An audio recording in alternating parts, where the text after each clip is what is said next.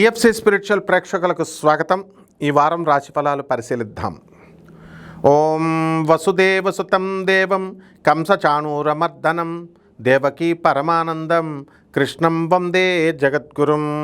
శ్రీ రాధాకృష్ణాభ్యాం నమః. కృష్ణం వందే జగద్గురుం, అర్జునం వందే జగదేక వీరం.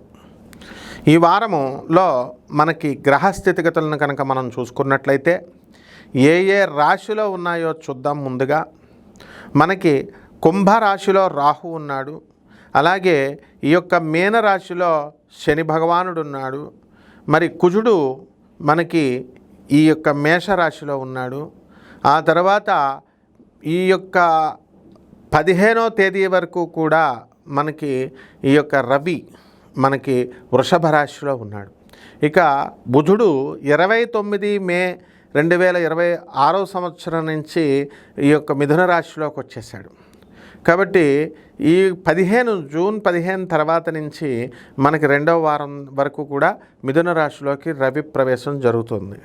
కాబట్టి మనము గురుడు ఆల్రెడీ మనకి ఈ యొక్క మిథున రాశిలోనే ఉన్నాడు.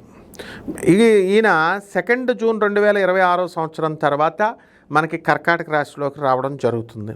అలాగే సింహరాశిలో కేతు ఉన్నాడు. వీటిని బట్టి ద్వాదశ రాశుల వారందరికీ కూడా ఒక్కొక్క రాశి వారీగా ఎలా ఉంటుందో చూద్దాం.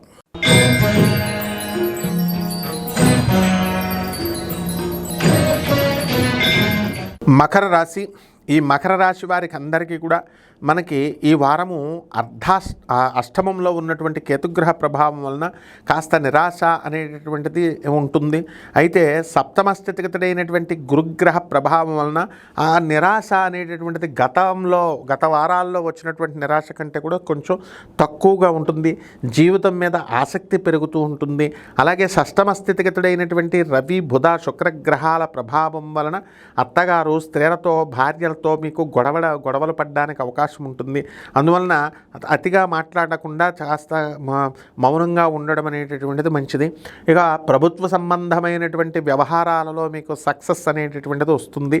మీకు చక్కగా ప్రభుత్వ సబ్సిడీలు రావడము, అలాగే ఈ యొక్క కాంట్రాక్టర్లు ఎవరైతే ఉన్నారో వీళ్ళందరూ కూడా వ్యాపారాలు బ్రహ్మాండంగా చేసి కాంట్రాక్ట్లో బిల్డింగ్లన్నీ కట్టడము, ఆ రైల్వేలో R&Bలో బిల్స్ రాకుండా పెండింగ్లో ఉన్నటువంటి వాళ్ళందరికీ కూడా ఈ వారంలో పెండింగ్లో బిల్స్ అన్నీ కూడా శాంక్షన్ అవ్వడానికి అవకాశాలు ఉన్నాయి. అదేవిధంగా ఈ యొక్క మకర రాశి వారికి సుసైడ్ చేసుకోవాలనేటటువంటి ఆలోచనలు తరచూ ఇంతకుముందు గత వారం కంటే కూడా ముందు వస్తూ ఉండేవి ఈ వారం కంటే ముందు. అయితే ఇప్పుడు అటువంటి ఆలోచనలన్నీ కూడా తగ్గి జీవితం మీద కాస్త శ్రద్ధ పెరగడానికి అవకాశాలు ఉంటాయి. అయితే భార్యలందరూ వేసినటువంటి కోర్టుల్లో కేసులన్నీ కూడా రీకన్సైల్ అవ్వడానికి అవకాశాలు ఉంటాయి. అయితే మీరు మొండిగా చాలామంది మకర రాశి వాళ్ళు ఒప్పుకోకుండా ఉన్నారు. ఇటువంటి వాళ్ళు ఒప్పుకొని మీ కాపురాలు మీరు చేసుకున్నట్లయితే ఈ యొక్క చిక్కులు, లీగల్ సంబంధమైనటువంటి చిక్కులన్నీ కూడా వాటి నుంచి విముక్తులై మీరు బ్రహ్మాండంగా బయటకు రావడానికి అవకాశాలు ఉంటాయి. ఇక పరిహారాల దగ్గరకు వచ్చేసరికి మీకు చక్కగా శుక్ర జపం చేసుకోండి, శుక్ర స్తోత్రాలు చదవండి.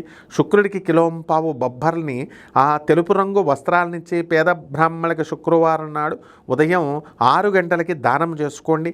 అదేవిధంగా కేతు జపం చేసుకోండి, కేతు స్తోత్రాలు చదవండి.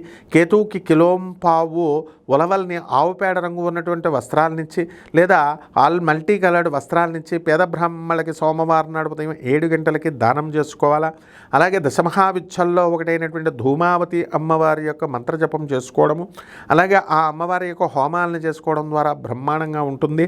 అట్లాగే ఒక రావి చెట్టుని, ఇది చాలా ముఖ్యమైనటువంటి విషయం, రావి చెట్టు చిన్నదాన్ని కుండీలో తెచ్చుకొని పెట్టుకొని ఏ విధంగా అయితే తులసీదేవికి అమ్మవారికి పూజ చేస్తామో అలా ఆ యొక్క ఈ రావి చెట్టుకు కూడా పూజ చేయాలి. చేసిన తర్వాత కొంచెం పెద్దదైన తర్వాత దీన్ని తీసుకెళ్ళి ఖాళీ రోడ్ల మీద మీరు వేసి దాన్ని పెంచాలి. ఈ విధంగా చేస్తే మీ వంశంలో ఉన్నటువంటి పితృదోషాలన్నీ కూడా ₹1 కూడా ఖర్చు అవ్వలేకుండా మీకు తీరిపోవడం జరుగుతుంది. మీ వంశస్థులు దీర్ఘకాలికంగా బ్రతకడానికి అవకాశాలు ఉంటాయి. శుభమస్తు.